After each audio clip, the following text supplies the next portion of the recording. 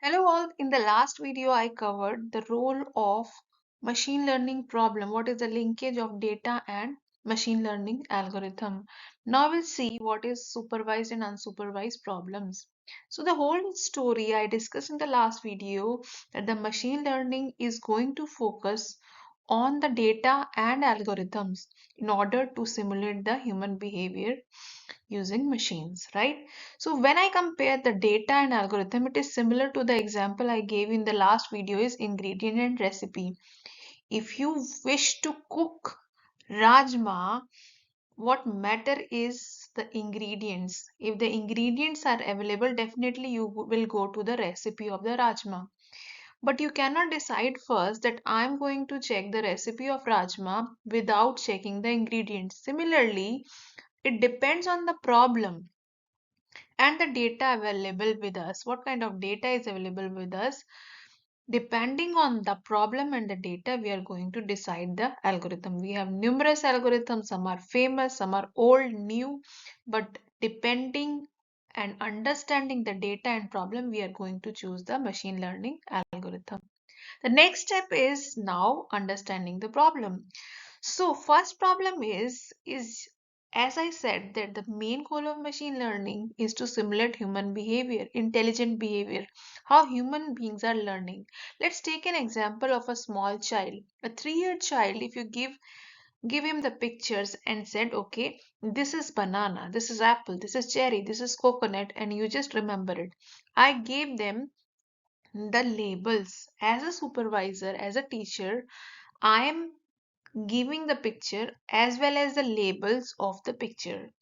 So what I'm training this child is to memorize or learn these names, and whenever the similar fruit is given to him, he may recognize the fruit. So you just compare the human approach, how human learn. Just a baby, he will try to see, okay, if this is a banana, I have to memorize. This is the training data for him, right? For him, he will try to see the pattern. So the pattern will be like it's yellow in color and it is like C shaped. It is red in color, it's round, it's very small in size but red in color, it's brown and white inside. So some kinds of patterns are always used by human beings to memorize things. Similar is the training process. During the training process, the machine learning algorithm is going to utilize this data and labels. If the labels are available, if the labels are available, it is going to first check the pattern in the data. Okay, so what will happen during the prediction after training? If I ask that child, okay, predict this, he may use the same pattern knowledge. What is the pattern knowledge? That whenever the yellow color fruit or some long fruit, C-shaped fruit will come, it will say banana. So the predicted value is banana. But in supervised learning problems, will definitely have the actual value or label also, so that we can check the error. Oh, it's right, completely correct. Similarly, if I give another problem, we can compare the actual value is corn, but the child based on the training, because he was trained only for banana, apple or lychee or coconut, depending on that it will definitely select it as a banana, but it is actually corn. So that is the error, that is different thing that we'll see further. But these types of problem, when the data is available like this, the labels are also available and we can measure the error by just comparing the predicted value with the actual label. These are supervised learning problems. So supervised learning problems are learning with a supervisor or a teacher who is going to help you with the labels. Every input pattern that is used for training is available with the output or label, so that you can just compare the error. Output is compared with target value and error can easily be determined. This is called supervised learning problem. Similarly, if I take the example of AND logic, this AND logic is what? This, if I ask you to memorize this AND logic, how will you memorize it? You will just say that, okay, in AND logic, whenever there is 1 it is giving me 1, otherwise it is giving me 0. This is called the pattern recognition. You always see the pattern to learn or memorize things. The same approach will be used by machine learning to make the machines learn or to train the machines. So what will happen, depending on the supervised learning problem, or depending on the output nature of the output, we also have further classification or further types of supervised learning. One is regression, another is classification. Regression says that if the output value is a continuous value like 84, 20, 26, 20 continuous value, it's a regression problem. If the output value, whatever you're trying to predict, is a discrete value, hot and cold, plus or minus, or three classes, hot, cold, average, medium, all these are classification problem.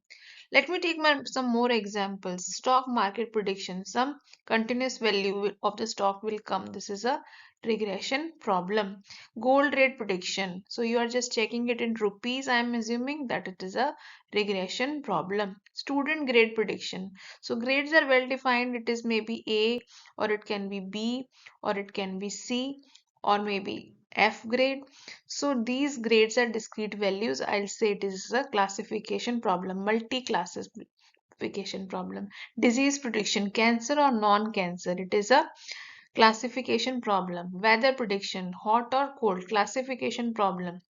Email spam detection, spam or not spam, classification problem. Salary prediction in rupees, regression problem, that is a continuous value.